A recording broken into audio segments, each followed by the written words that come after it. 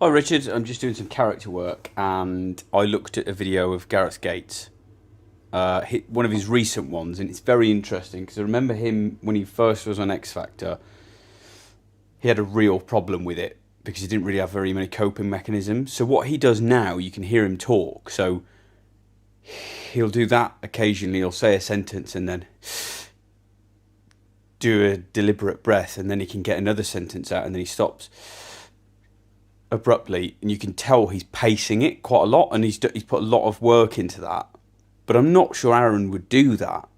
I wanted to know what you want really from Aaron. Whether you think he would have, whether he would have done some work to try and beat it, or whether he's so downtrodden and in a spiral of just being in a really crap place that he wouldn't bother.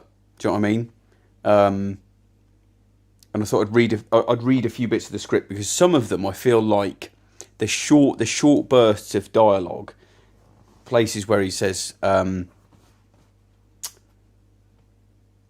honestly, I didn't," or he says, "That's not."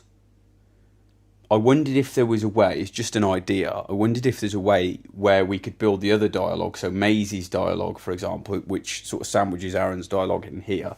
She says, "I only needed to use the loo, but I think he might have had his what's it in the hand cream again." Aaron says, "Yeah, hilarious."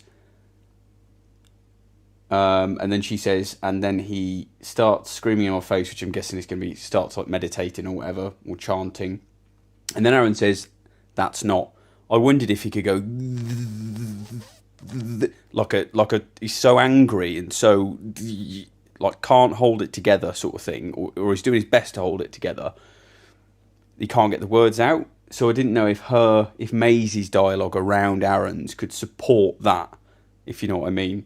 So he didn't have to say "that's not," and I think that might work. She just says, and then he starts screaming. He starts meditating and chanting really loud, and Aaron starts going "that's," and has like a small fit of not being able to speak. And then she says, "I was really scared." And then obviously Richard comes in. "Aaron, what the hell has happened to you?" And because it's his dad, there's like a small bit of there's a small safety net there. Dad, it's not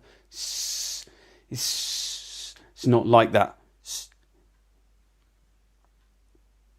He says, "I don't want to hear it. This has to stop."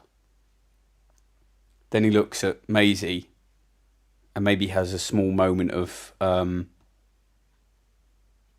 control and says, "You're a lying piece of shit,"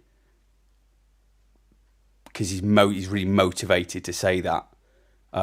What's interesting with the Gareth Gates interview is that he talks about how the difference between singing and even reading a script, learning lines, and speaking with an accent puts him in a different place. So it gives him like a different persona, or I imagine he can be a different person for that short time, which is why he can drop the stammer. It's fascinating. So maybe Aaron's got this second side to his personality that's angry and really, really vengeful, and just got so he's been up against it and been dealt such a bad hand that when he's in that little zone and he says, "You're a piece of shit," he can get that out. Or "You're a lying piece of shit." He can get that out quicker, if you see what I mean.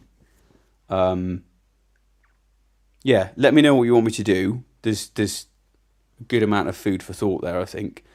Obviously, I'm helping the process along by having a piston broke. I have got the other bottle for that, by the way. It's not a piston broke, but it's like a soul saver or something like that. Similar sort of label, but it won't really matter, will it? I think it might be the same brewery. It is the same brewery, I think. So I'll bring that along on Monday.